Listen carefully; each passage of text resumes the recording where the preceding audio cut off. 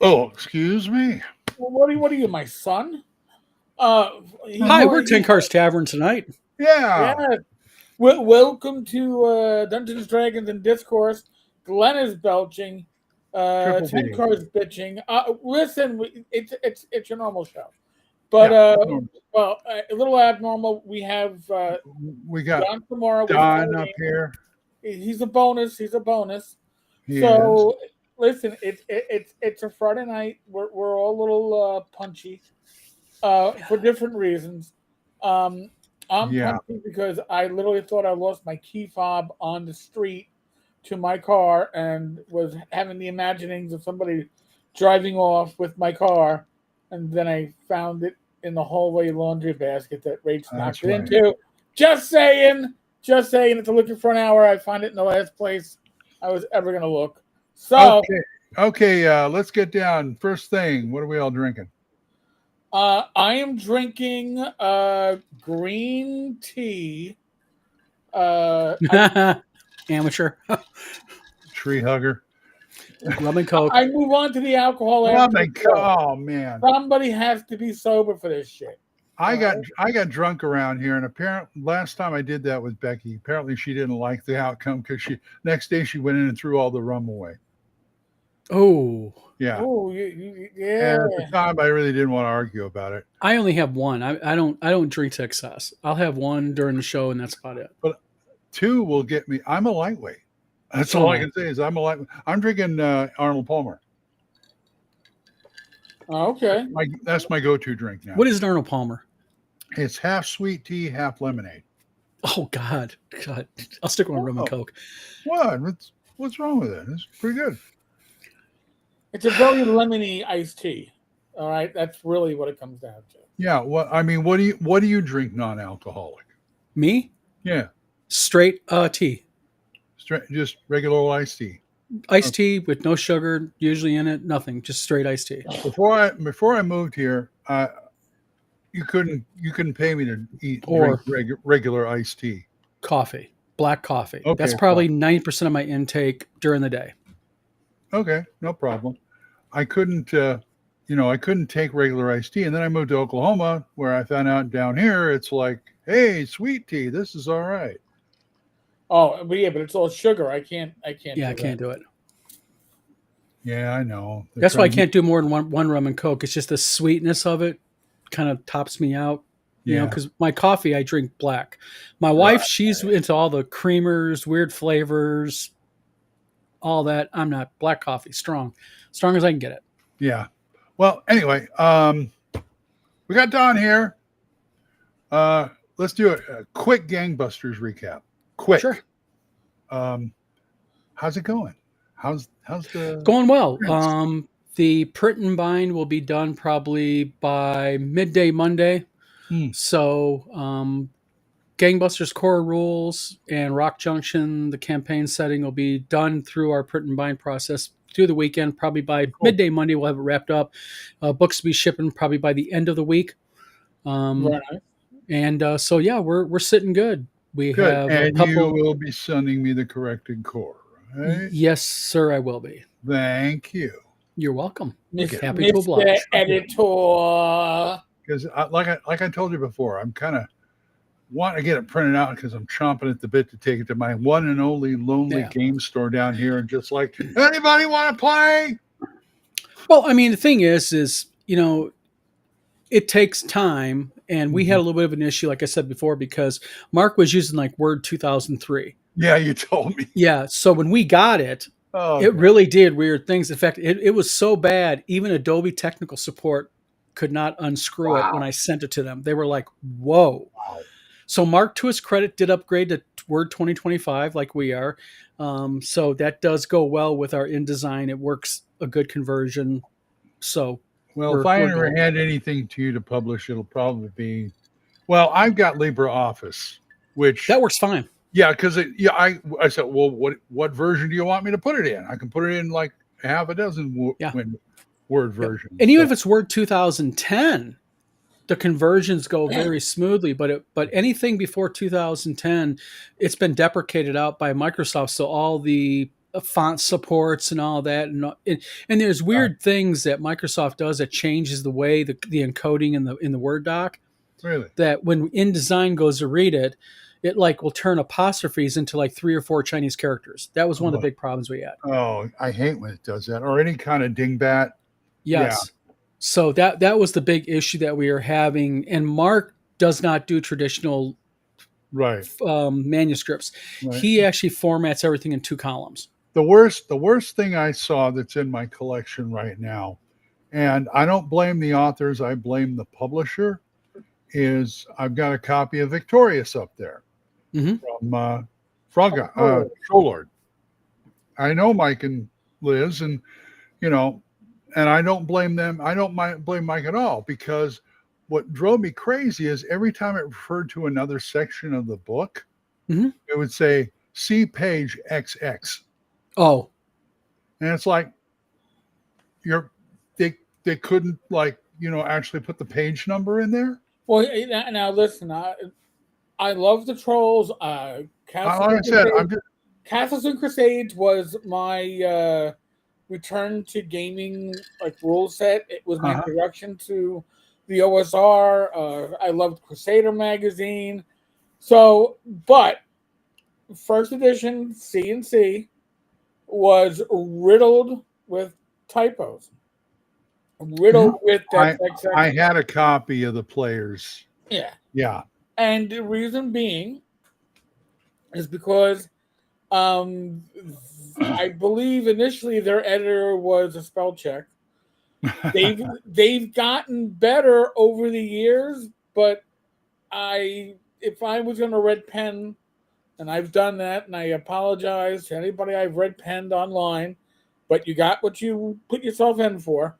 I would destroy my books because they are notorious throughout the print. It's gotten better, but it hasn't been eliminated. And when you're a company the size of Trollord, you should not be having that many typos, that many. Well, the problem that you run into is also, what is the pace that you're putting the game out at? Right. That's the big thing. I mean, there's a process that when you put a game out that you're supposed to go through. You're supposed to get the manuscript.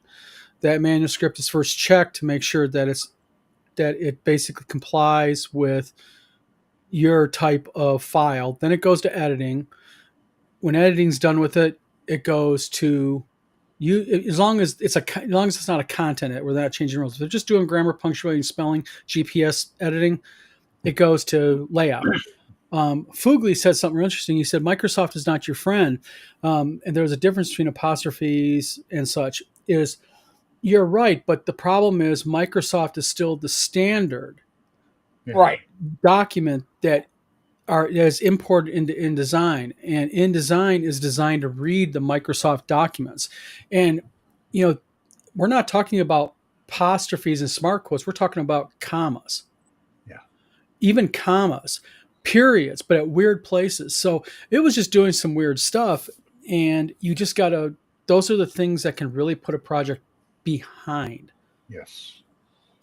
My wife, Becky, is trying to find she wants to get a license for Quicksilver. Huh. She was trained on that at Boeing, and she says, "I love that so much.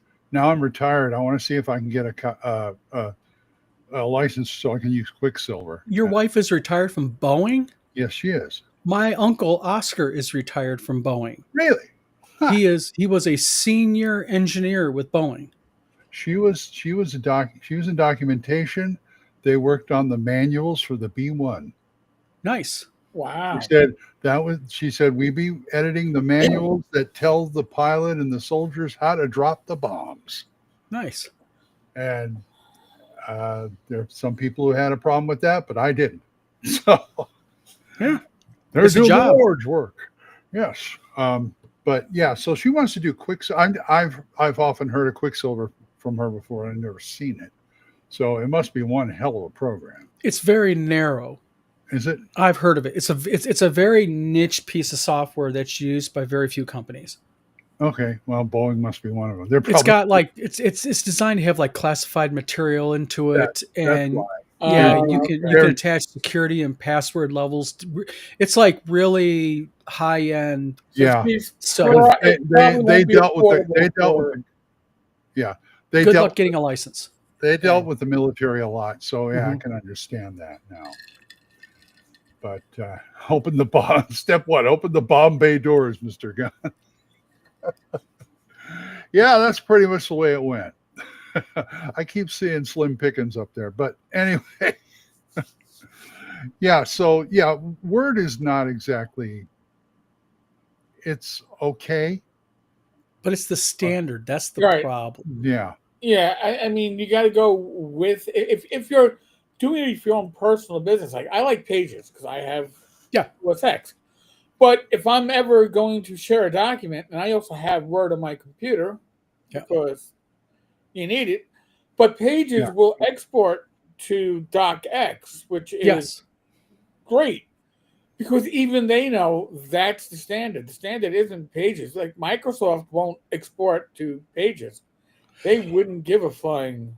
Well, what's really interesting when you start getting the realm of PDF, because I'll have authors that send me a PDF copy and say I want it printed, like for print, like we do work for other publishers, Mm-hmm. and we have to tell them that your PDF is not PDF 1 2000X compliant, and they'll be like, "What?"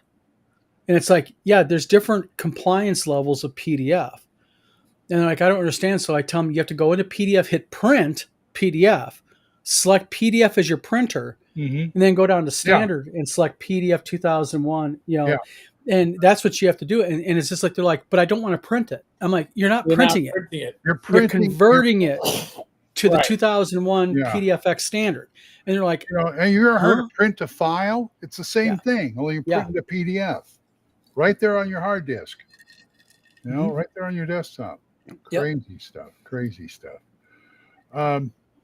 Yeah, I can understand that's it's kind of hard to get it through their head sometimes. Well, it's unfamiliar to them, is what it is, because they're used to like I thought a PDF is a. I've heard this a million times. I thought a PDF is a PDF. It's like, no, there's different types of PDF. Exactly. So usually I just do it myself. It just saves a lot of I'm problems. telling you, editing that the Rock Junction book the way I did, I learned a lot about what you can do with Acrobat. I was surprised, and it's like, oh, I can draw on stuff. What, I can type stuff on here? Okay. Oh yeah, that's like that. That's an editor's tool. Well, I know, but I didn't pay for the full program. That's just. Okay, yeah. You can now highlight a sentence and make like a little note box where they click on it and says, "Hey, this is what this should say." It's really cool stuff. That's why I started. And that's why in the middle of it, I was trying to write stuff on my computer. In the middle of it, I found out, I can type. So in the middle of it turns into typing. But yeah, I learned a lot doing your book. So thank you. Mm-hmm. But anyway, so guys, what's going on in the gaming world? I'm sure we got some flotsam and jetsam and crazy stuff going on. Flotsam and jetsam. Oh, yeah, it's a vaudeville team. Yeah. I'm sorry. By the way, Joe V just brought up that I pretty much covered when they got plagiarized on Dragon's Foot. Yeah, I hate people that prey on our own community and do that essentially thoughtlessly, but they feel entitled. And a little background on me. 20 years in the NYPD, I retired as a sergeant out of internal affairs. Not because I thought internal affairs was a great place to be, but because it's where you take care of those that are preying on their fellow officers, right? Yeah. Take care. You get the shit, and that's what I did. So very happy, Joe, that I believe everything worked out okay with your situation, because it was really for somebody to take your work and commercialize it on the DMs Guild was excessive bullshit. So yeah. Yes. Well, Mr. Go wants to know, who is WotC laid off this week? Hard telling. Who was WotC? Let's see. Spin the wheel, right? Isn't that like didn't Animaniacs have the wheel of dismissal? I think that the higher ups have this dartboard with everybody's name on it. And they just go, like that. I think it's a hat. You just pass the hat, pull a name out. You know, Who knows or next week? short straw or whatever. Alms to the paw. Alms to the paw. I ain't quite dead yet. Yes, you are. No, I'm not. You know what they need is a good whistleblower. Joe B, when you release your Nob supplement, please let me know. I'd like to cover it either on this channel here or on the blog side. Probably both. I've forgotten what is Nulb again. Nob is in Greyhawks. Oh, okay, got it. You know, it's. I was thinking somewhere else. Oops. I got a Nob right here. Right. Can you check out my Nob? That list of names is very short now. Well, yeah. I mean, who they got left over there? Somebody keep the lights on or what? Well, their new vice president of franchise. I think it's very interesting because he's been playing with the same group. This is according to his LinkedIn. I got to do a video on his LinkedIn posting, but he has been playing with the same group since he was a preteen, around 12 or 13. That he claims. Oh, wow. Well, he seems to be a bit more wired in than other. Listen, I know Fonzarelli, the new the vice president of the president of WotC. The president of WotC. He looks like the Fonz in his leather jacket. Yep. He claims. I had actually a meeting with him. Really? Interesting guy. Does he? I think he also says he still games with his gaming group or something like that. Yep. Been gaming for years. I mean, all right. If you wear a leather jacket at our age and try to look like the Fonz, maybe you do. Maybe you tilt a little different, like many of us do.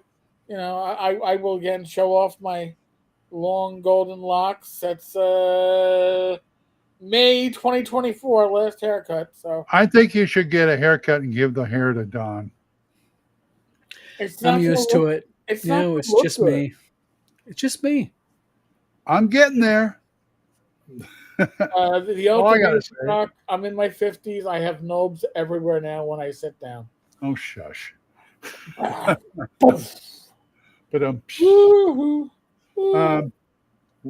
WotC's the only. I don't think there's any other game systems in the news right now. I believe Shadow Dark is up for a couple of Ennies. Is it? I don't know if it's up for a couple. Do they still pay attention to that award?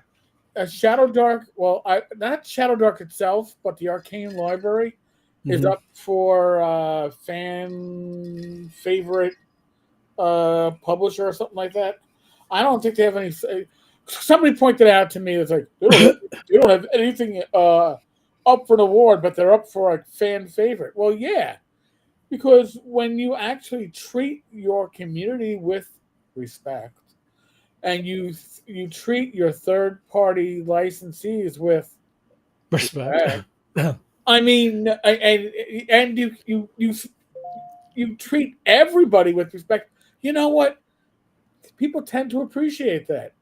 Imagine that.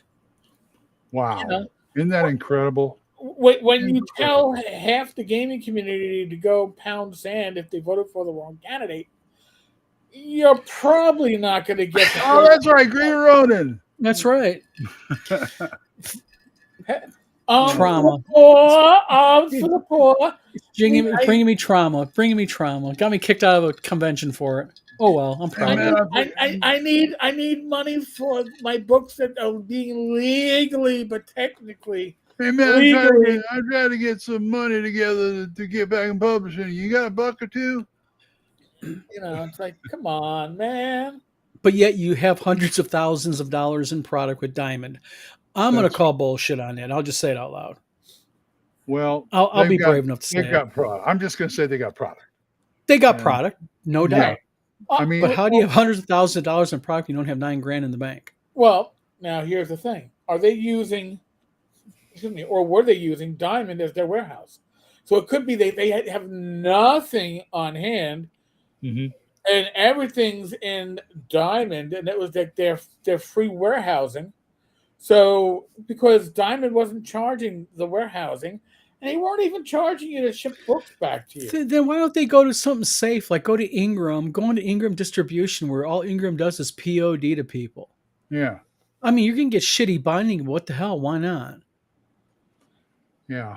Ingram. I get it all the time. People going, well, Ingram's going to sell me my book for this much. It's like, well, go right ahead because your book is going to freaking fall apart in 2 weeks. So go ahead and have them do it for that price. I told when I ordered some of the comics that Drive Thru used to publish, POD from Tim Snyder's stuff. Mm-hmm. You know, for Crypt World, he'd take an old public domain comic and then he'd give you the stats for the monster and stuff. Mm-hmm. And I have like 6 of those, and the last one was Perfect Bound. And I told him that. He says, "What do you mean they're doing perfect?" Yeah, they did Perfect Bound. You've got a like 8 to 16 page comic book, Perfect Bound. Yeah, Terrible. Staple bound. They wouldn't. Yeah, that's when they said we're not doing staple bound anymore. Yep. Yeah, it's because it's time consuming. Mm-hmm. You understand how large like No Ingram stitch does. Their printing machines and binding machines are all one unit. When you look at them, they look like a big 8 foot wide by 6 foot tall box. Or excuse me, 8 foot tall box. They're 8 by 8, and it's a big long tube like 100 feet long, and everything's printed on one end. And then it's set in order, it's printed, it's bound, and then it's cut all in one order. And they have just like 2 people in the middle looking at the computer. And then they have somebody at the end taking them off and put them in boxes. It's like a $2 million machine. Wow. But it just does, it just, it's does a crappy job. Well, it's roulette. You can buy 3 cases of books, and one half a case may be really well done. The other half a case might be badly done. You just take your pick, and that's why Ingram offers books so cheap, and so does Amazon, because they use the same machines. Do they? Yes. Well, so far all my basic fantasy stuff, which I bought from Amazon, has held up. Well, it depends. Is it through Amazon KDP, Glenn, that you're buying from, or is it a producer that ships books to Amazon because they printed and bound it? You mean third party? Yes. As far as I know, it says from Amazon. Yes, but if it says if it's being shipped from Amazon, it can still be product that's printed and bound. Like us, we're almost done with our Amazon qualification. We will be shipping stuff that we print and bind to Amazon for their warehouse. So when you buy, it's shipped from Amazon. Right. I mean, but it's printed and bound by us. Everything I've gotten has held up. I did no pages out or anything like that. Yeah, it's not printed by Amazon KDP then. It's not Unearthed Arcana. So yeah. By the way, I have a copy of Unearthed Arcana and Oriole Adventures that it wasn't a crappy job. So is mine. Mine are good. I've had mine for decades. I hear so many people saying, "Oh, don't get those. The binding's crap." My Unearthed Arcana was fine, but I think it was the early print. Honestly, I got it right when it came out. Fogley wants to know who got kicked from Page. All right, I got kicked out of Page as a special guest, and this is the reason why. I'll give a 10-second literal. Fogley or Mr. Gunn and Fogley, what happened was this: I went on DM Bloodworth's page, and all I did was agree with a post that he said about Green Rowan. All I said was spot on. That's all I said. I agree, spot on, and I got my ass booted from Page because I guess I was publicly beefing with the owner of Page, Chris, and I was violating a policy that they refused to show me, refused to give me, and that was unprinted. Right. So you didn't get replaced with Bloodworth, did you? No, actually, Bloodworth is on their shit list, and that's the reason why is because I agreed with Bloodworth, and Ron Meschke, who runs Page right now, is butthurt over Ron Meschke or over DM. Right. So Green Ronin, one of the partners of Green Ronin, who was a special guest at Page, was only announced. It was never announced at the time on the actual Page. It was only announced on Facebook, so you better catch all the multiple announcements daily that are coming up. But in any case, after I got kicked out, it was announced. It was announced earlier, but only on Facebook. But yeah, it was announced. I never knew. But in any case, the individual in question, who's one of the partners behind Green Ronin, back in 2015, 2016, put together the infamous Orange List, which basically said if you voted for the wrong presidential candidate, we don't want your business. I remember that. And these are the businesses that supported the candidate we don't like, and everybody else should not patronize them. Yep, they advocated to put these people out of business, basically, based on who they voted for. Yep. And DM Bloodworth, Richard called them out like he should as a vlogger. And all I said was, I agree, spot on. That's all I said. No names, no nothing. And then I got called into the principal's office, sat down in front of Ron, Phil, and Ed, and told what a bad boy I was. And when I had the audacity to tell Ron, which dented his ego, literally I said, this is none of your damn business. You should stay out of it. Which what I post privately is none of anyone's damn business. Yeah. Well, that offended him, and he told me I was no longer allowed at Page.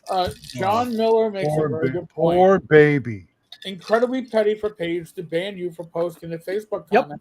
Spot on in reference to a critique of Green Ronin. Yep. You know, very petty, bad look for Page. Yep. I am. There are times when I'm so glad I can only go to one con a year to drop. Well, I have to admit one thing. It's not like I'm out a hotel room. I would have been if I would have bought one, but they weren't offering a hotel or nothing to me. So I guess what am I out really? Yeah, having the ego to say I was a special guest. Yeah. Yeah. See, I mean, and that's the thing. When you haven't been a special guest and you get invited as a special guest, you're like, oh, it makes you feel great. But once you've been a special guest at other cons and you understand that there are actually usually perks to being a special guest and responsibilities that go along with it, as opposed to just responsibilities and no real perks, I'd already removed myself from the equation. I didn't get, and there's no rumors. I never got banned. Okay, I already withdrew myself as a special guest. For me personally, like last year, I had to leave the convention early because weather was coming in. It's Philadelphia in the middle of winter, which, if you don't know, it's a lot like New York in the middle of winter. January is a bad time on the East Coast. Well, Philly's real close, so yeah, it's a roll of dice. I know there are people out there because I've heard them go, "Oh, the weather in Philly is beautiful in July. It never snows." You're full of shit. January. January. You're full of shit. Although actually, I did get snow at the Poconos one July, but it was like a sleet storm. It was weird. But yeah, and that's like me saying, yeah, we never get snow. We never get snow in New York in January. It's beautiful. It's a balmy 40 degrees every day. No, we're still getting spot thunderstorms around here, and it's July. Yeah. So, yeah. Well, Fugly says convention should be neutral ground. Absolutely, they should be. Absolutely, 1,000. And WizardCon will always be neutral. Yeah. Is that a con? No. John D. I'd help Green Ronin out, but their politics offend me. That my wife beats me if I spend money. Well, you got two reasons not to spend. Well, one, I don't think the politics should offend you. The way they go about dealing with something like that offend you. See, listen, I can guarantee you that the three people you see on this screen here do not agree on politics in general. All right, but you know what we all agree on? We agree that we're friends. We agree on the hobby and gaming, and we agree on the values that are important to us: family, friendship, honor, integrity. If you have those, you can, so why? If you can fake those, I like the conventions where politics does not become an issue. Yeah. And I personally hate politics. I absolutely detest it's politics. Toxic is why, because no matter what you post, know, I get that. I know I've got like a lot of left friends and some right friends, but anybody who asks me, who you vote for president? My standard answer: none of your business. Well, I mean, the thing is I try to stay away from politics on my personal I want to page. keep my friends. Yeah. That's all. And once in a while, I will post something political. And Eric, to his credit, has been on my page disagreeing with me. And Yes. Eric, I think you'll confirm this. I do not go behind Eric and go, "You mother effer, how dare you not No. agree with me? We're not going to be friends again." No, because Eric, this is going to blow people's mind. He's allowed to have his opinion on my page. Wow. I know. And, I know. And here's the thing, all right? I don't. When Don actually states his opinion on something, he backs it up with why he believes it. All right. If I state my opinion on something, I'll back it up with why I feel that way. So you can have a discussion when there's a why behind it. Well, when people go, "Well, no, the sky is green," and I said so. Well, you know what? Go sit and rotate because we're not having a conversation. Right.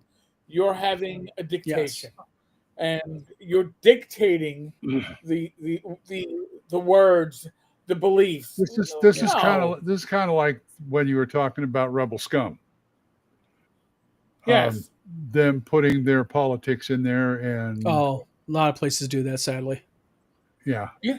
But and the thing is, they do it, and it's like a sneak job. Nobody goes, "Hey, we're going to advertise this as," well, usually it's, you pick it up and you go, "Oh, wait, why am I being preached to?" And I got news for you, okay? If you're like me, when Jehovah's Witnesses come to the door, you don't answer, right? You see them walking down the block and you're like, "Oh, shit, honey, doorbell rings, we're not God bless them." Jehovah's, the Mormons, anybody who has to go out there and preach. And why is that? Because you're not converting. Yeah. It's not going to happen. You don't convert.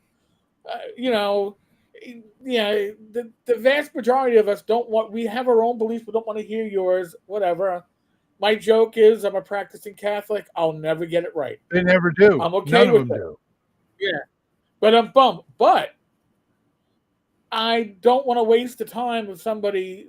You're not gonna get what you want. Yeah, because it's like if I posted something on my Facebook and said that, if I said this candidate X is the way you need to vote, I guarantee I would create a shitstorm. You would, because a bunch of people disagree with me, and if you get argumentative with them, and I'll just say like this: I have never ever seen a post on Facebook political where someone went, "Oh, you changed my mind." I've never seen it ever. Oh no. Engine Joe says, "Remember back when you couldn't tell anyone you played D&D? Remember that? You got your books taken away. People called us devils, all because Pat Robertson, who ran for president, once said so." I'm glad that guy's dead. Well, I've never said that about anybody. I mean, look, I'm in the buckle of the Bible Belt, and so I see these kind of guys all the time. Most of the times, yeah, okay, I'm a Christian, yeah, I know, but Pat Robertson get on there, it's like, kill that man. Well, what I said about Pat Robertson, who pissed a bunch of people off on Facebook, is I said, I hope he's right now standing next to Hitler in hell with a big pineapple behind him. But what's interesting here, though, is what people have to understand is, you can have friends who have varying political ideologies, and I have been unfriended. Probably that is the single most reason why I'm unfriended. Like, I had one lady, it's a friend of my wife's from high school named Shauna. She unfriended me because back years and years ago when my kids were little, like 10, 11 years old, right. I took my we had a farm at the time, and they were shooting the AR-15 out in the yard. I was with them, like right over them. I wasn't being irresponsible. Right. And she got pissed off because I was having my kids shoot a gun and posting it on Facebook. And she got pissed off at me. My wife will laugh about this, and it's like I told Shauna, mind your own effing business, girl. I'll teach my kids to shoot if I want. Yeah. And around here, I'm still getting blowback from D&D. Oh, I took which was funny. When I played D&D, I was in California. They never bothered us. Well, interesting enough, I just posted this on my Facebook page. I found an eBay ad, and I reached out to the seller. They're selling a Dragonlance orange spine along with an Unearthed Arcana, and it's from a parent who took a black marker and blacked out every mention of dungeon and every mention of dragon in the book. And they're selling it. Oh, And nice. I posted, because I reached out to the sellers, like, what's the story on this book? Because they have photos of it. And they said during the Satanic Panic, this parent blacked out, and it was the person who owned it. My mom and dad blacked out every instance of dungeon and every instance of dragon in the book. Man. And I caught shit for posting that. It's like, are you serious? It's just a fun post. See, Becky doesn't. Becky, the elk has a good point, but I'm going to address it here. The downside for no one knowing the party you vote. The downside for no one knowing the party you vote for is benefits and a downside. You're making an assumption that people have to vote by party line. I don't vote for party line. I vote for candidates. I'm in New York State, where usually the joke is, if you're not a Democrat, you're probably not voting. But for city council, there are some Democrats that I am 100% behind because in New York City, they're sane. All right, they're and the Democrats, and I'm like, awesome. And then there's a handful of Republicans which I go, you're fucking insane. I don't want you anywhere near the city's money. I can vote based upon an individual. I don't vote based upon. I never vote party. I vote individual. Me too. Hey, Mad Mike's here. We should get him on here so we can really have a rip-roaring discussion. Oh my God. But it's funny when I watch the other shows, I see him and Rob on there. I know, okay, let me go get the popcorn. Because politics is just toxic. It really is. It's toxic because it is just devolved. I mean, it's not evolving; it's devolved into this. And a lot of people are like this on Facebook, that either and everybody's page is an island. I get it, but it's just turned into this with a lot of people. Either you're going to agree with me politically, or we're not going to be friends. Right. And it's like, well, you're going to have a very narrow friend circle. Yeah. One of the reasons this is kind of a selfish reason, but one of the reasons I'm pushing to get that Gangbusters book out so much is because I want to start a campaign, because I'm doing Becky a favor in not playing fantasy. I will start a Gangbusters game just because, like, 25 years on, she's still a little bothered by me. I mean, she knew going in that I did this, but so your wife does not like fantasy? No, it's like in the back of her mind, because her sisters are getting in there too, of the satanic. Like I tell people, they said the satanic panic dies hard in some people. You know what I'm saying? Well, I mean, it's like what Tom said last night on the blog. She's like, I'm never going to get him to stop. So yeah. I mean, some people are bothered by it, but I mean, you can either fantasize about casting spells, or you can fantasize about murdering gangsters and innocent people in dark alleyways. Yeah. Which one would you rather have it? Or would you? Oh, 6 of one, a half dozen of the other. I've heard people like their parents say, "You're not playing Dungeons and Dragons." No, we're playing Gamma World. It's mutants and that's okay. Yeah, it's the genre. Yep. I rarely vote for a candidate. I usually vote against them. Yeah, no, if you hold your nose, which candidate is least offensive? That's, for me, that's pretty much every presidential election, because neither party can actually give us somebody that. I always akin it to, it's like somebody walking up to you and says, "Do you want the bullet in the knee or do you want the bullet in the ankles?" They're both going to suck. It's just a matter of what hurts less. Yeah. Yeah. I think the ankle will heal better. Maybe. I don't know about that. I don't know if it shatters they both. They both suck. What size bullet are we talking? True. We're talking 45, 22. Is it a 45? Is it a 7.62 by 39? What are you talking about? What if it's a full metal jacket? Maybe you want it to the ankle because it'd be clean. But if it's a hollow point, maybe that's going to be an issue. Oh my God! But look at us. We're talking we're talking politics. Well, but we're talking politics. But everyone here is smiling and laughing. Isn't that amazing? Okay. Yes, that is amazing. It is. I mean, everybody ought to save this video on YouTube saying it happened once. 3 people talked politics, and there's a chat full of people talking politics, and nobody's insulting each other and pissed off yet. We should get a YouTube award for this. We should actually. I think we should just We automatically should. deserve a I gotta silver put this YouTube in. certificate for this. Yeah, the put silver it in the plaque. back there. It's Yes. like, I got that for talking politics and nobody got mad at me. That's right. The show didn't blow up. We didn't go to hell. That's because we're not, that's because we're not getting specific. And that's a good True. thing. That's a good thing, actually. Well, I've said this before. There are certain things, like when we were growing up, you need. There were times when you'd have the family gatherings. It's like, oh, we got both sides of the family. No religion, no politics. And then my father would always have to bring up something political, because my father was always trying to stir the shit back.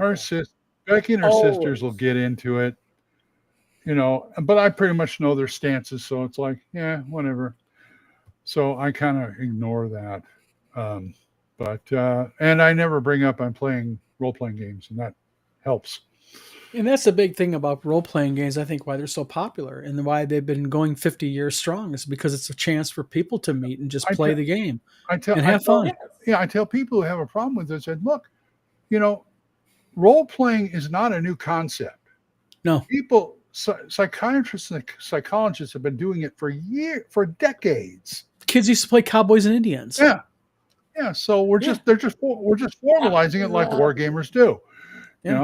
So illusion of choice is better than no choice. He's right. Well, all right. Well, if you insist, Mr. Gunn, maybe we'll have to. Well, that's agree to disagree. Well, that's the main rule for GMs. Give them the illusion of choice.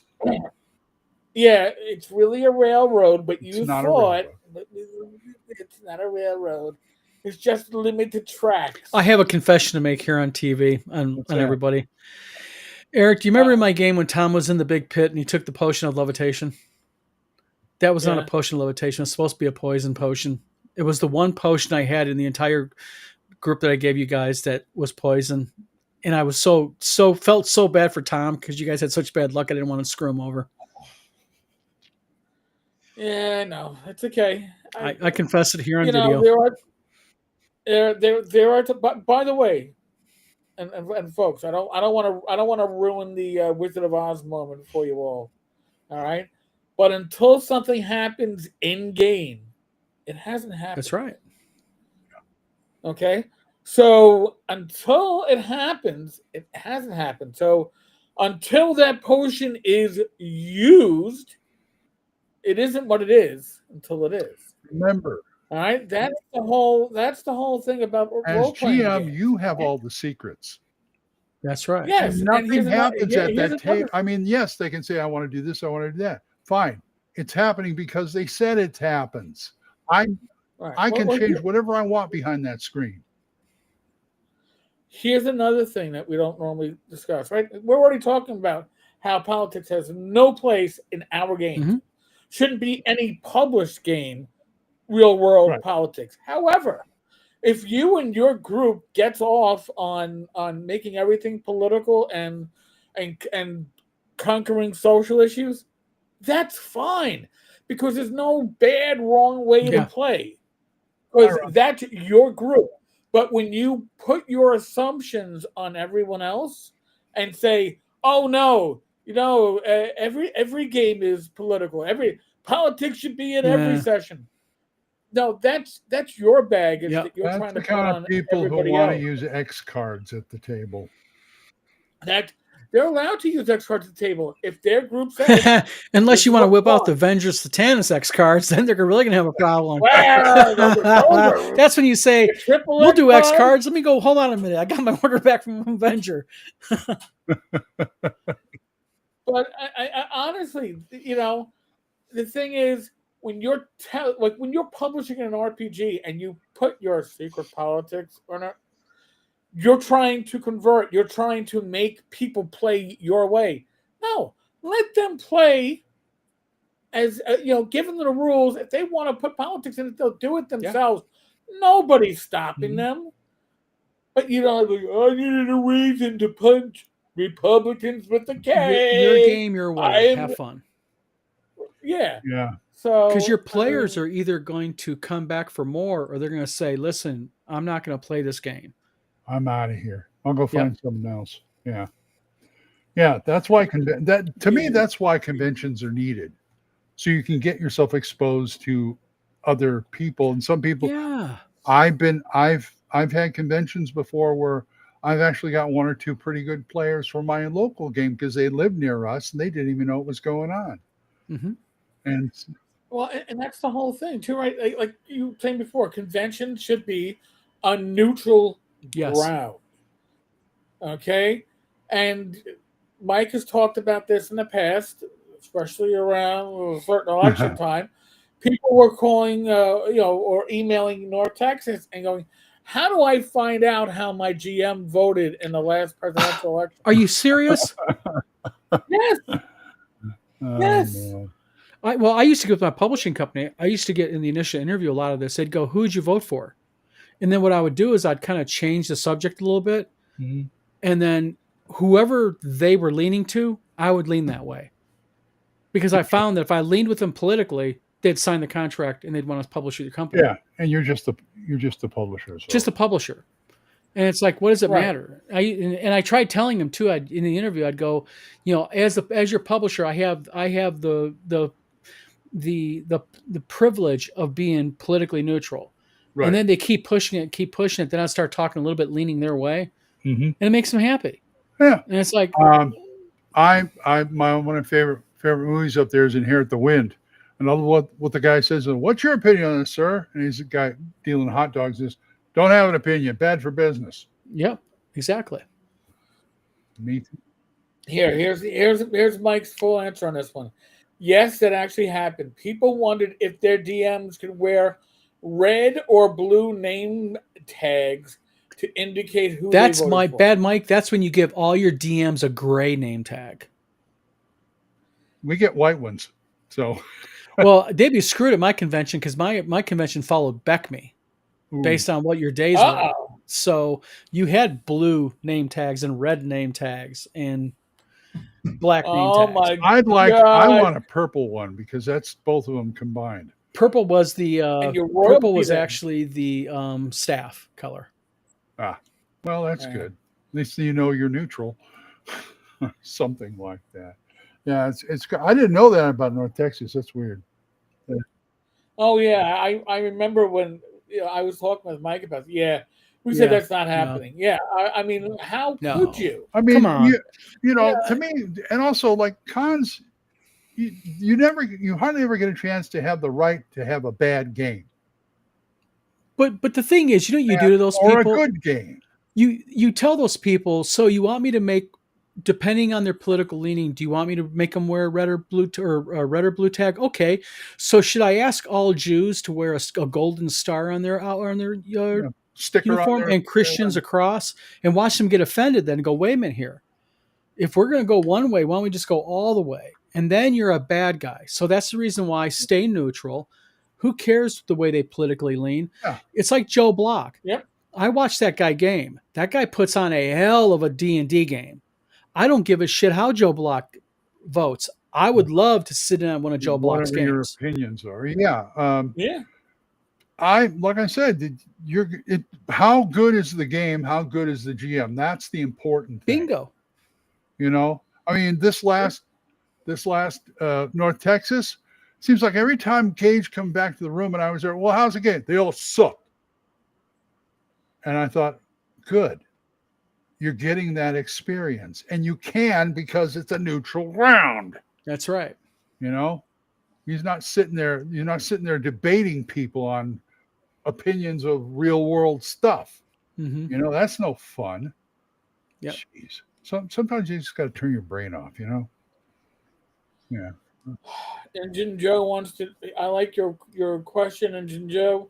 Did anybody vote for the oddball like Ralph Nader just to avoid the rest? That is the principle of vote for the least offensive candidate. and I will. I've gone into the booth and just picked any independent, and just Yeah, I've done that I've before. gone libertarian. Yeah, I've done that before, just because what's on there is so. I was disappointed Ross Perot didn't get to be in the primaries because I wanted to vote for him. It's all fixed. That's another thing. These people all think that our well, voting process is really like democratic, and come on, people. You know, but Ross Perot couldn't be in a primary, Glenn, because he wasn't running for as a Republican or a I know Democrat. that's why I wanted to vote for him. Because he wasn't either Yeah, one. but you had to vote for. You had to vote for him in the general and election. not who you expected has an interesting point. He says, is this 762 NATO or 762 by 54R? That's a very valid question. You know what I mean? Oh my God, yes. You know, so yeah, well, you know, it's NATO if you want the compatibility, but 54R. Oh my God. The illusion of choice. Yes. Yep. That's the whole thing. Have you ever got caught by players? What? Well, like changing stuff around. Glenn, thank you for actually explaining what you meant by Jeff. Yeah, you ever get caught? I was afraid where actually I was called up by Eric at our game because I brought trolls into it, and Eric thinks, because Eric knows stats and I know he knows them, he called me out on my trolls I used, and I had to point out to him that I changed my stats up on my monsters. I don't follow the monster manual, which is fine. But yes, Eric, you should be ashamed of yourself. As an aside, when I got together with my old gaming group from high school and college a couple of weeks ago, they pulled out the AD&D trivia card game from back in the day. Card game? Yeah, I got that. I've got it.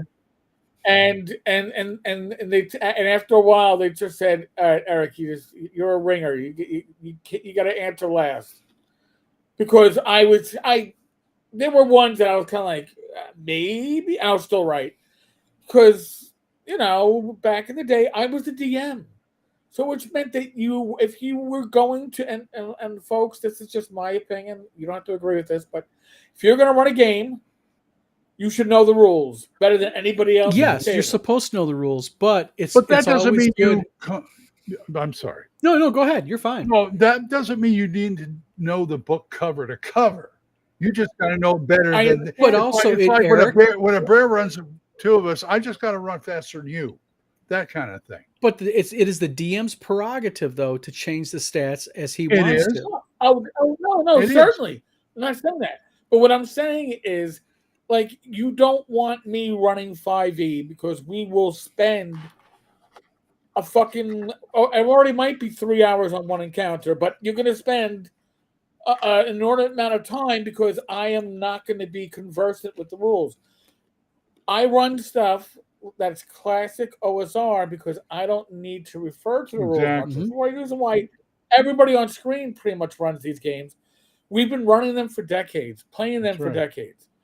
So when I find new rule sets, I have to find things like Faraway Land, because Faraway Land was so simple but detailed that I could pick it up and say I could run this without ruining the experience for the players, especially at a convention.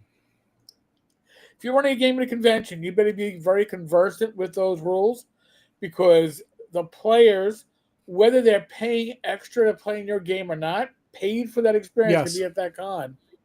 And they are expecting at least a good experience. It doesn't have to be amazing, but if you're stopping every 5 minutes to look up a rule, you chose the wrong game to run.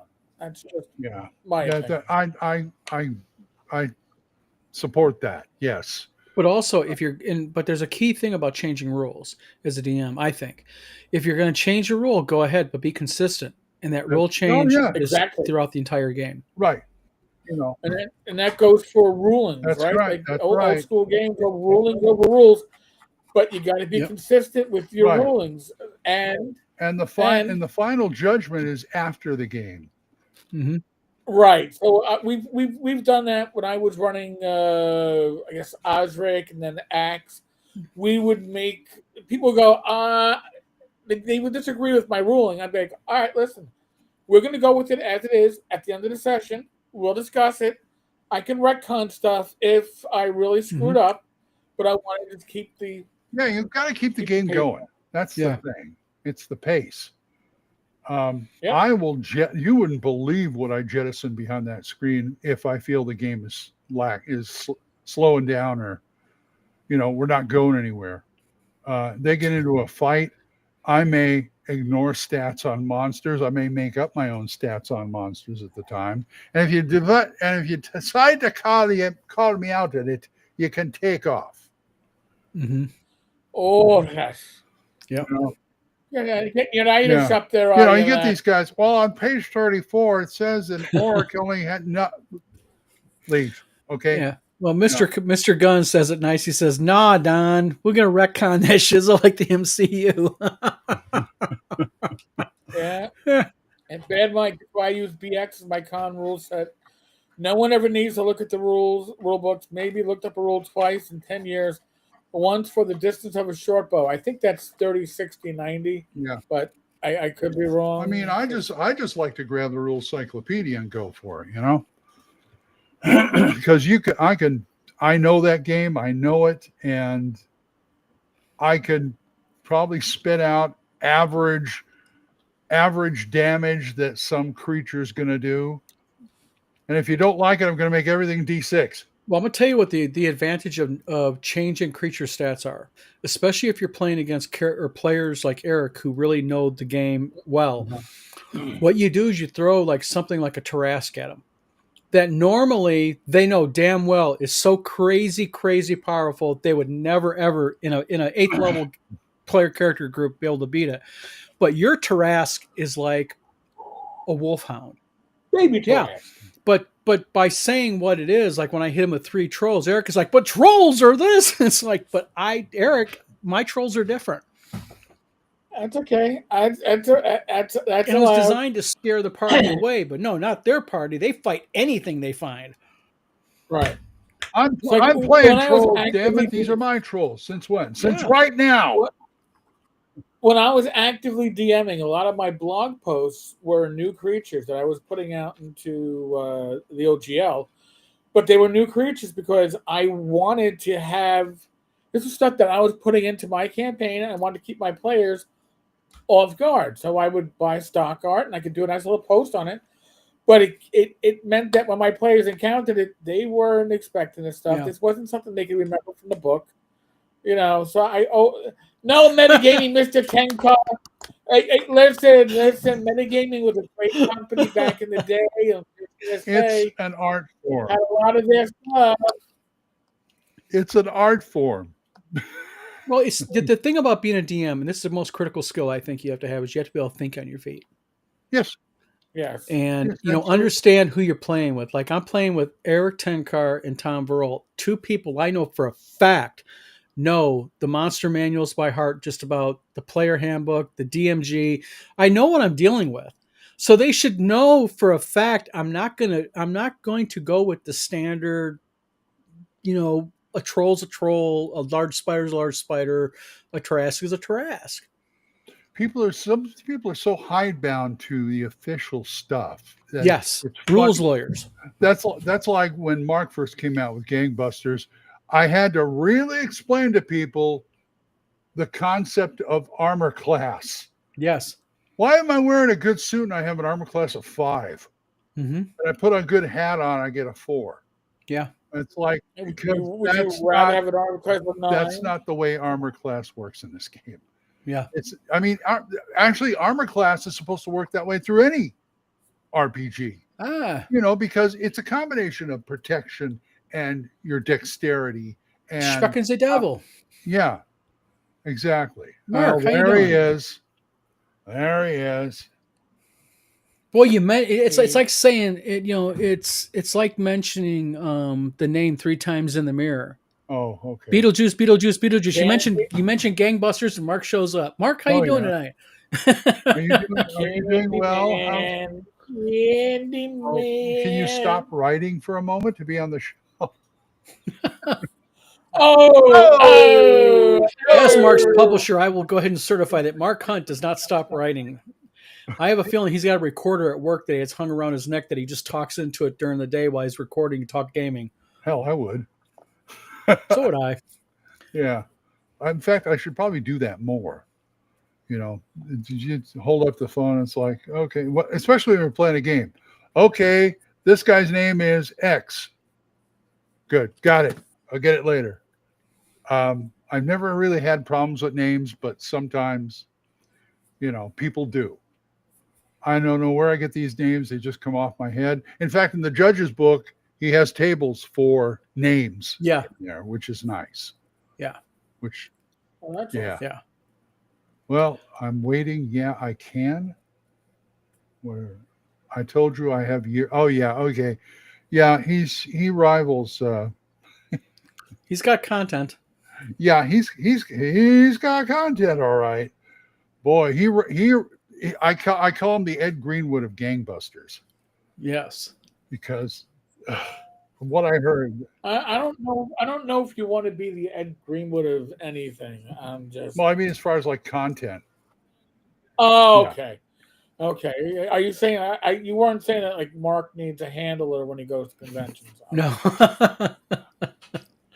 I was just wondering where it was going to go. That's okay. That's okay. You know, I'm looking forward to WizardCon because I want to meet people I don't normally meet at North Texas. And if he shows up, I'm going to go, oh. You know what the problem with Ed Greenwood is? Ed Greenwood, I think he has handlers that deal with his email and Facebook. Really? Yeah, because he is not on Facebook very often. He's not a big social media guy. And sending emails to him go unresponded. So I don't know if he just gets so much that he's just inundated with it and doesn't respond. Well, I remember he was doing YouTube videos for a while. For a while he was, yeah. I don't think he's doing them anymore. No. That's too bad. They were pretty interesting, actually. Mm-hmm. But that's too bad. Yeah, I don't want to get into the people who are banned. I'm not saying he was banned because he never come there, but yeah. But well, my understanding is that Ed Greenwood has a minimum appearance gratuity. Yeah. What do you want to call He's it? a bit bought. Everybody. Fee, yes. Well, it's like I was curious one time. I messaged Satine Phoenix, and I said, "What would you charge to come to WizardCon?" Interested in having you because I was just curious. And she said, "No, she literally sent me. It had like." I had to send her, fly her husband at the time, and her entire crew first class. She wanted a $2,500 per. Never forget this. It was a $2,500 per day drink tab for her and her group, and she had this laundry list of items that she needed in her hotel room, and the hotel had to be the suite, had to have a hot tub in it minimum. Yep, and it was like this big long list, like 3 bottles of Cristal champagne. That was one of them. And I never forget this. She wanted yellow M&Ms. I was going to say no green M&Ms. Oh my God. Not red, not green, it had to be yellow. And she had this big long list. And then on top of that, it was a $20,000 fee. I just messaged her back. Wow. Says, well, looks like WizardCon ain't for you. Yeah. That's my and I bet she comes and never runs or is in a game. Nope, she actually offered that. Part of that would be is she would run games, but that was part of the agreement. She could charge whatever she wanted for her games. And it's like, honey, I think you're dealing with the wrong size convention. Gen Con's right down the street, okay? Yeah. No. So I had to give the shitty news. And come on, you guys know I got to throw it in there, Eric. Yeah, I know. But so I had to give the news just to sit there and say, looks like WizardCon's not for you. No. And it was probably like, well, I never heard of it anyway. Hey, so, I get it, man. I get it. Does she still do GaryCon? I'm wondering, is Bad Mike ever going to have Satine Phoenix at his convention? I hope not. But I don't understand. I don't understand people like that. When I was special guest this year, it gave me a free badge in a hotel. I was over the moon. You know? I was over the moon at TotalCon. I mean, they flew my ass out even. It's like, holy shit. Yeah. You know?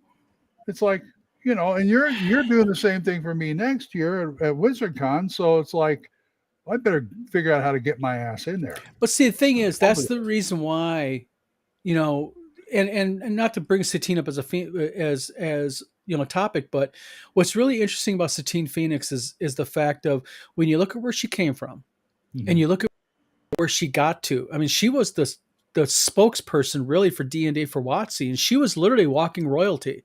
I mean, she couldn't go to a convention without having court follow her around, and all of that. And what fricked it up? Her and her her husband could not pay a tattoo artist. All the money that they make, they couldn't pay this guy a couple $1,000s for what they owed him. And now look what happened to him. It destroyed their entire empire. Yeah. So that should be a lesson to people. Don't let your head get too big. Come on. Remember where you came from. Yeah, exactly. Exactly. There are some guys that I'm just like, I'm awed at how humble they are in this whole. Sorry, Bad Mike. like 2 years in a row, Raggy has come to North Texas. Yeah. First of all, I'm surprised to see him there because I know where he lives. Oh God, he's gonna chew my ass now. But secondly, really, Don, really, when is Bad Mike gonna have Satine at his? I was somebody said just to watch and listen tonight. I was just wondering. You threw a grenade. Did somebody say Ginny D 3 times? What's he doing? I would have Ginny D as my special guest of honor and put her in the Hall of Fame before I had Satine even look at the hotel where I was going to be at. So just my experiences with Satine, seeing her at other cons, she was very approachable. Yeah, people would come up and talk to her, very very nice, but she was very aloof. I went to a con at Gamehole Con. She was there, and she had to have a booth with Jameson. It had to be near the front. That was one of her demands, so to speak. And I doubt that Alex paid $20,000 for them. There's no way Alex would. Yeah, I don't know. That was what she required of me. I still have it was via PM that she sent. But they were barely at their booth, and that was apparently. There is a codicil in there that if you're a special guest, you have to be at your booth X amount of hours, because he's kind of like Archon. You want to be able to meet the people and talk to them, and Archon has no restrictions on, these guys are there and there's no green room. There's no VIP, VIG, whatever. You can walk up and talk to whenever. Well, Alex has this thing where you have to be at your booth a certain amount of time so people can come up and see you and say hi to you. They were barely at their booth. And I know that Alex was not happy about that. Because they were walking around with this little entourage. They had an entourage, and they walked around the whole time, and they did whatever, and that wasn't really what they were supposed to be doing there. And I believe that was the last time they appeared at Gamehole. Well, after that, they had the crash and burn, so makes sense. But I've always I never thought she was a bad person in terms of her appearance on YouTube and stuff. It wasn't until they started doing the typical pump and dump stuff on Kickstarter that it got bad. Hey, we're going to do all this stuff, and oh wait, we're not going to pay people now. And that's how we're going to get by. Is not that's how we're going to make this Kickstarter work. We're not going to pay anyone. And then, of course, the story. Everybody knows the story. Once that came out, everybody came out and said, "Yeah, she didn't pay me either." And then that was the the beginning. That's the danger of doing that, because you'll get away with it for a while, but sooner or later, you're going to get that first person. It's sort of like that snowball that begins down the hill, and then it's followed by other people, and then the truth all comes out. And look what they lost. It eventually always does. These guys that are, when you're a guest at a con, and look, it may take a long time, but eventually it comes out. That hey, this guy did this or that. And look, Don will tell you this. Con runners talk among themselves, and we talk about guests. We talk about stuff. And it gets around when somebody's a bad guest or somebody does this or watch out for this. And the word gets out, and there's people I won't name that the word's out about in terms of, hey, if you have this person, they need a handler. And by handler, we mean somebody that's going to stay by them and make sure they don't grab girls' butts or they drink too much. I mean, there's guys like that out there. I've actually gotten emails from other convention organizers to say, hey, Don, just to let you know, here's a couple of people that you really want to avoid, and this is the reason why. And I'm I always I'm believe seeing- you I'm- make your own decisions, because we have some people at our con that maybe other people don't like at their cons or don't have it, but they've never been a problem to us. And we've had no problem with them, so I understand that. And I would never just blanket call. Yep. I wouldn't call Don out of the blue and say, Don, you need to not have X at your con because this. I would never do that.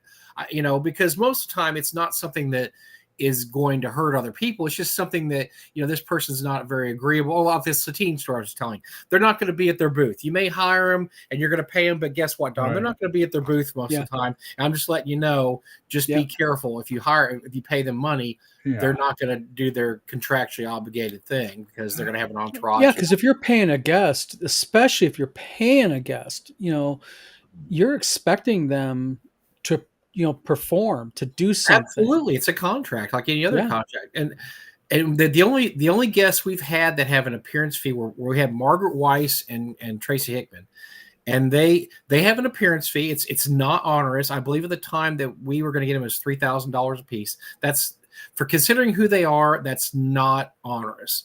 They waived the fee. They got around it by saying that as long as you don't announce us as a special guest, we'll just appear. And they were appearing because Larry Elmore was there. Them and Larry Elmore are like three peas in a pod. They do everything together. They work on all their books together. I mean, they're just together. And so Larry was going to be at the con. Larry said, "Would you like Margaret and Tracy?" Like, yeah, but they're not going to come to our little con. He said, "I can get them to come." And sure enough, he called them up. And they said, "Well, we do have a $3,000 appearance fee." And they said, "But if you don't announce us as a special guest, we can just show up."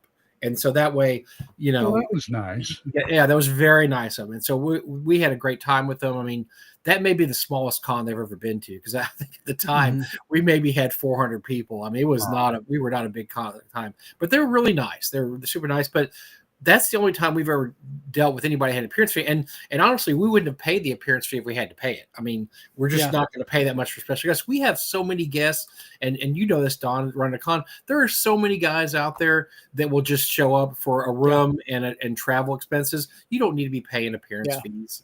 I mean, for honestly, unless you're getting, and they're grateful for it too. They're grateful to come for that.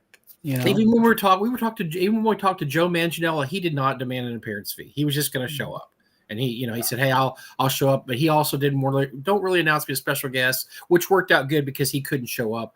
He was getting a divorce from Sophia that year, and kind of cut into his game time that year. But he didn't even want to appearance fee. What now? Did he get a share of the espresso money in the divorce? I wonder if he was going to bring bubbles. He didn't say he was going to bring bubbles. Look at that big table he bought. I'm getting images of the ghost of Ken St. Andre. I wonder if Joe was gonna. We had Joe lined up, but it just didn't work out. But like I said, he wasn't going to charge an appearance fee, which is, like I said, we would not hire anybody to charge an appearance fee, because I can't think of anybody in our hobby right now that we have to have so badly. I mean, I'd love to have Weiss and Hickman back in, but and I would understand if they wanted us to pay an appearance fee because we're a bigger con now, but we just wouldn't. We just go, there's other authors we can have on. There's other people we can get. There's other. You have a surplus of special guests. I mean, if we're really desperate, we'll get Glenn again if we're super desperate. Well, I mean, when you're at the level like 550. It's not the fact that your con's not big. I mean, you got a good sized con. That's what we're aspiring to become, right around that amount. You're actually my model, Bad Mike, for my convention. Thank you. That's good.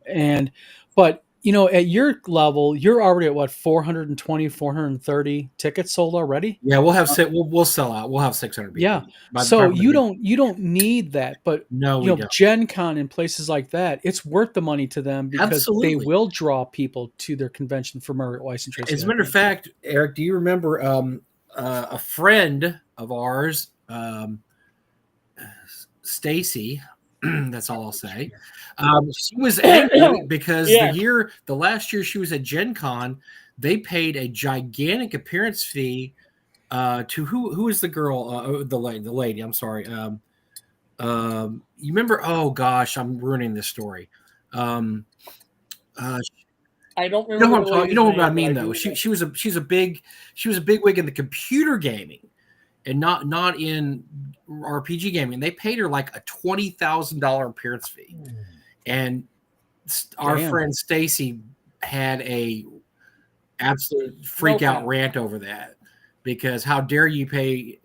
I'll remember the name later. It's somebody that's really big in the computer. It's a female in the computer game industry, and so her thing was, well, this isn't a gamer, and how dare you, But Gen Con's a convention, or whatever. But that was, and I remember thinking at the time, I wouldn't have paid her $20,000 either. Stacy's right. That's way too much to pay for an appearance fee for somebody that's a computer. But Stacy was bitching and complaining because her funding, right? That was what she was mad at. Is the spotlight was on somebody else, yeah. not her stuff, and they were giving money to somebody else. But it's Gen Con's money; they do whatever they want to. But that to me would be for this person. They're a famous person, but they're not famous in the game industry necessarily. And that to me was ridiculous amount to pay for an appearance fee for somebody who not. Yeah, I believe it was. Oh God, she was in. Was it Sarkeesian? Was it Sarkeesian? Engine Joe? I think it might have been Sarkeesian. Was it Sarkeesian? Sarkeesian? I think it was. Wait, Anna Sarkeesian? Yeah, I think it was. Wait, the pundit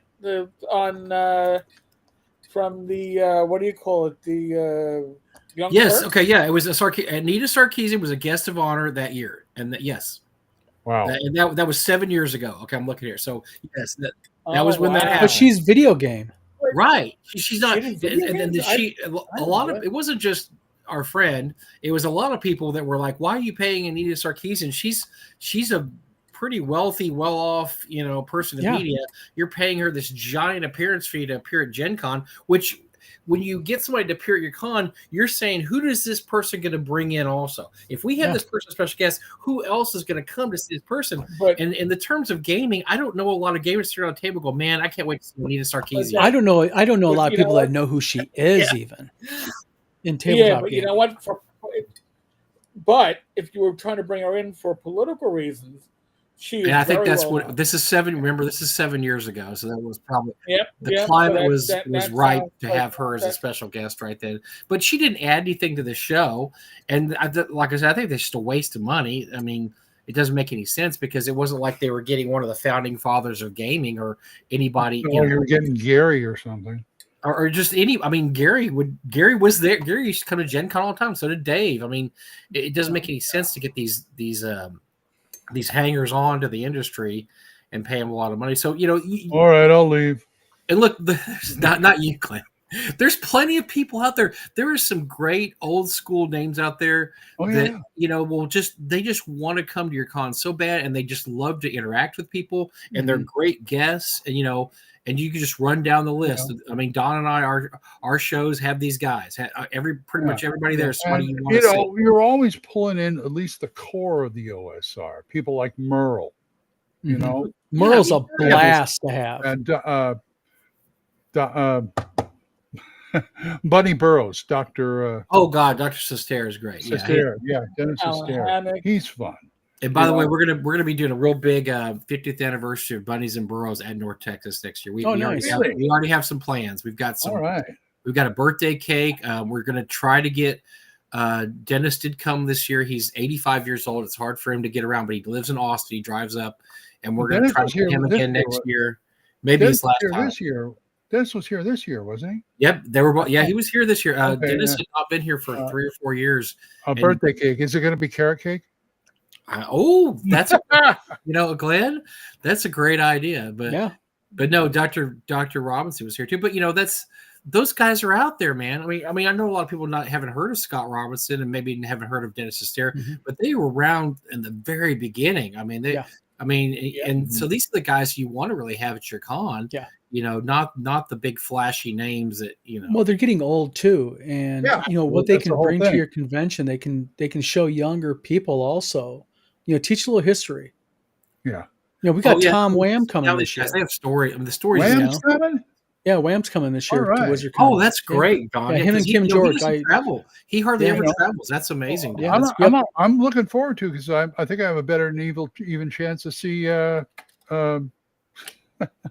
Frank and we got Menser coming. We got Tom Wham and Mike Carr. It's just too far to travel. He easily may or may not come anymore because of the travel. But I'll be seeing all these guys at EggCon next week, which would be nice. But we can't. There's a lot of those. Oh, you're going to EggCon? Yeah, going to. Yeah. Me and my wife are going to be there Saturday.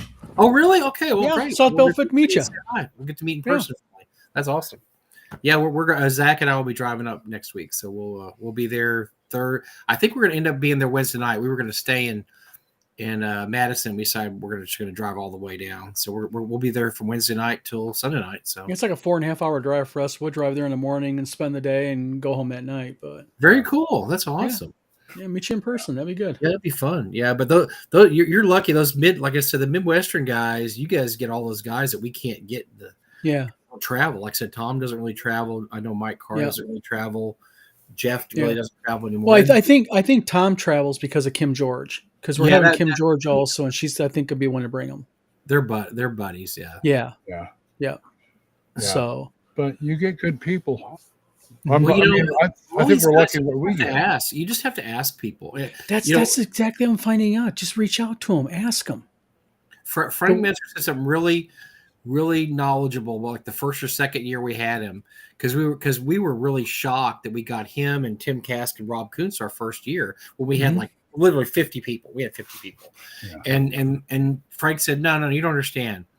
The guys that I grew up gaming, or these guys, this group of people, if you pay their way and pay for a hotel room, they will show up because they just want to interact with the fans. And he's right. We've really never had anybody say no. I'm not going to do that. They've always given us the time of day and said, oh yeah, we'll definitely come up there. Now you have to be fair about it. You can't just say, hey, show up and we'll give you some meal money. That's not going to work. You got to. But at the very minimum, you pay for the hotel, you give them the badge, you give them a little something on the side too to help them out. Don and I were two people who could push Mark to North Texas if we have to. Yeah, Mark is a blast at a convention. Mark had a whole lot of fun a few years ago, but every year we had him a couple of years ago. We didn't have a special guest. Yeah, you did. He came, but he didn't come as a special guest. I'd like to have him a special guest. I mean, I kept saying we got to, you can stay in a room or whatever, and it's like we'd get him a room, obviously, but he'll run. The thing about Mark, I stick up for him on this. When he's at your convention, he runs games all day long. That's the best guest. That's the best. And he will step out and he'll grab people. Like he'll see people mulling around where the games are all listed. Like, you want to play a game? Come on with me. Come on. It's like, damn, Mark.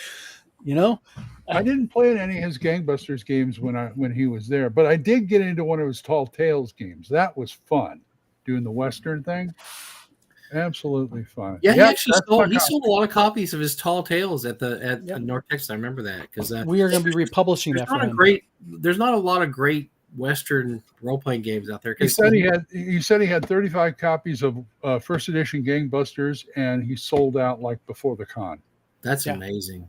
Yeah. Wow. I mean, he is a good salesman. I mean, he knows how to push stuff. Oh, yeah. Mm-hmm. He is. I tell you what, just to toot his horn, for somebody pushing, which is basically a dead game, because I didn't know anybody that played Gangbusters except for Glenn. Was the only person I ever heard talk about what a great game it was. I mean, nobody was playing Gangbusters 10 years ago at conventions. Nobody was really playing it ever anywhere. It was a dead game. It was literally a dead game. And the work he's done to bring that game back to life. Yeah, but it's so much fun. Well, you think about it. He took a core book that was 64 pages, and now it's 198. So look at all that content he's added to the BX edition. It's just crazy. And I told Don, I read the PDF of the judge's book he's working on, and it's like, this has got to be one. I mean, I said that the Rock Junction, the core book should be like the 3 books you get when like AD&D first edition. This should be the Player's Handbook. This should be the Dungeon Master Guide. This should be the Monster. Well, I don't know about Monster Man, but you get the idea. He just turns that stuff out, and he doesn't even think about it. He just churns it out. I don't know how he does it. I just it reminds the whole spirit of the OSR was taking things that were popular 20, 30 years ago and updating them and bringing them to a modern audience. And that's and it sucks we're never going to have that with Star Frontiers, and we all know the reason why, unfortunately. But it's great that you have these games that nobody plays a lot, and then you have them at convention.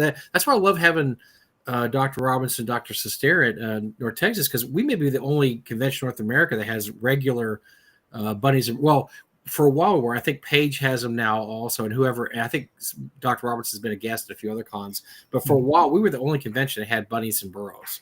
And when I asked Dennis when he ran it for the first time, 10 years ago, he goes, I don't think it's been run at a convention since the 90s. He said, because that's the last time I ran it, and I've never heard of anybody else running it at a convention. Well, I'm sure that there's a big old push for the OSR stuff, I think, out there. And I think sooner or later Wizards of the Coast is going to be looking at it and saying we need to maybe take a look at maybe some looks at some of the more older materials. But Mark's there. Hey, Mark, it's good to see you, man. Congratulations to Mark for, like I said, taking a dead game and making it making it alive again. Yeah, making it alive and making it so it's actually run at cons and people are talking about it. And I think don't worry, I'll be at WizardCon in North Texas next year to preach the gospel of gangbusters. The gospel of Glenn. Flint wants to know the name of the person who refs the judge. We call him the judge. Yeah. The judge. Okay, it was Don, the commissioner, the judge, the buster, the alderman. I don't know. Whatever. How corrupt do you want to be, Glenn? How corrupt do you want to be? So Glenn, are you a Call of Cthulhu fan at all? I used to run it years ago. To me, I'm just me looking at it. I think a Call of Cthulhu Gangbusters adventure seems to be like right there. So there's actually going to be, Bad Mike. There's going to be a Gangbusters a monster book. We'll call it that.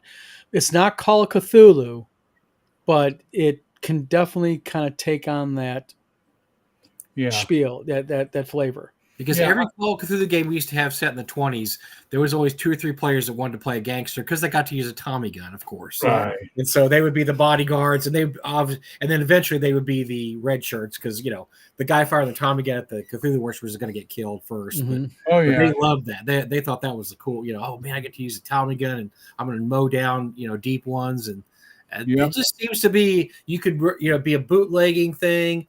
And then when you investigate it, it turns out they're working with the deep ones to do. I don't know. I think you could work it in there, and it would make sense. I remember a Call of Cthulhu game I read out of one of the scenarios out of the Blood Brothers book, where they did different genre types aside from some Lovecraft, and I did the mob versus vampires, and the players were playing the mobsters, and at one point they had to go to the hospital to get one guy who was pretty beaten up, and they wanted to get information. Oh, I'm sorry, you're not the family. We can't give you blah, blah, blah. And they're all looking at me going, what do we do? What do we do? I said, what are you?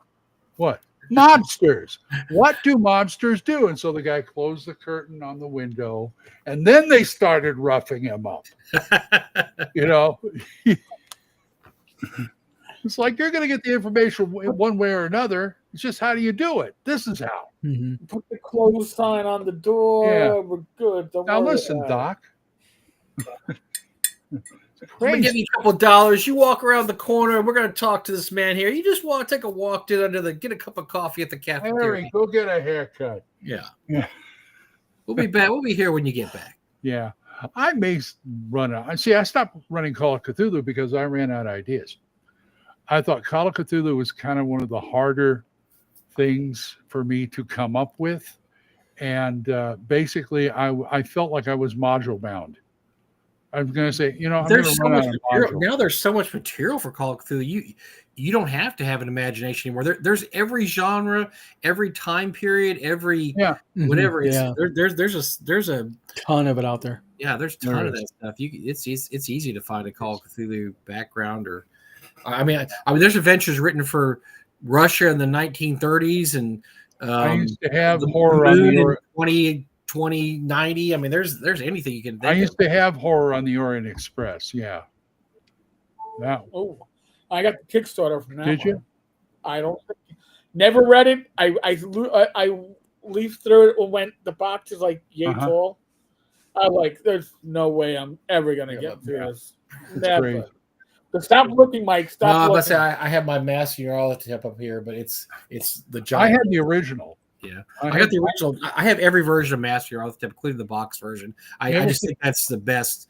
Probably one of the top, not even 10, top 3 RPG supplements of all time. I've got good. the original Arkham Horror. Oh, Not wow, the nice. new one they Nice. redid, but I got the original Arkham Horror somewhere in storage or something. The box, everything in it, it's great. Oh, the board. Yeah, I got that. I got that also. Yeah. I always wish I could have played that more. I couldn't find anybody to play that with, unfortunately. That was before the golden age of board gaming. Now, last 10 years, when now it's just Yeah. board games are there's so many great board games out there. I never get around to it. I keep thinking I'm going to bring a board game to North Texas. I never get around to We have a board game library that we haven't used in years because we're such an RPG oriented con that we have games and people have played board games in the con before, but we just stopped bringing them because people stopped asking about them. They still do. You still our do. con, they want to mainline RPGs. That's what they want. I mean, you still do like Gladiator and Circus Maximus and stuff, which is technically board games. So I don't know. I mean, I remember like Full On Gamer going there and running BattleTech for a couple of weeks. Oh, but BattleTech doesn't count. Why is that? BattleTech is We have people go there. BattleTech, They play stuff like Lords of War. I mean, we have, like I said, we had a bunch of. We used to bring this giant container of board games, but then it got used less and less. And at a certain point, Gary and I just said, look, they're just not playing. They're not coming to our con to play board games. They're coming to our con. They want to mainline RPGs. They just want to play an RPG every day. They want to play all kinds of different RPGs. And we do have a variety of RPGs. And that's just what our con's identity is RPG. I've never seen somebody ask about board games at North Texas. By the by, Mike, how many people left that board game in their room that you were giving away? I know I did. I paid my fee to restock it. I wanted to take one of your tables. It was a brilliant idea on Gary's part. We're down to, we don't really have any copies. We maybe have 2 copies left. So it worked out great. We got rid of 100 copies of that god awful piece of garbage game that we were gifted. And it worked. It was a great bit. It was hilarious. And so most people, a lot of people took it. A lot of people took their copies. They don't know how bad it is, and so they took it home, opened it up, played it, and thought, "Oh my God, this is terrible!" Because it is. It's a terrible game. I was going to take one of your tables too, but Gage and I couldn't fit it in the car. Oh, the fold-up tables. I wish you could have. Yeah, those aren't too bad. We're just cleaning that stuff out. After a while, the warehouse starts. It's been 17 years now. There's just so much stuff in there. See, Don, this is what you got to look forward to running. Yeah, exactly. You'll start following it up, Don. After a while, you're like, pretty soon, Bad Mike's going to give you stuff. Can you get rid of this? Well, we used to give stuff away. Like we had, when we would get new table mats, we would donate our old table mats to other conventions. And so we did that a couple of times, but the mats we have now are really, really good. They're probably not going to wear out.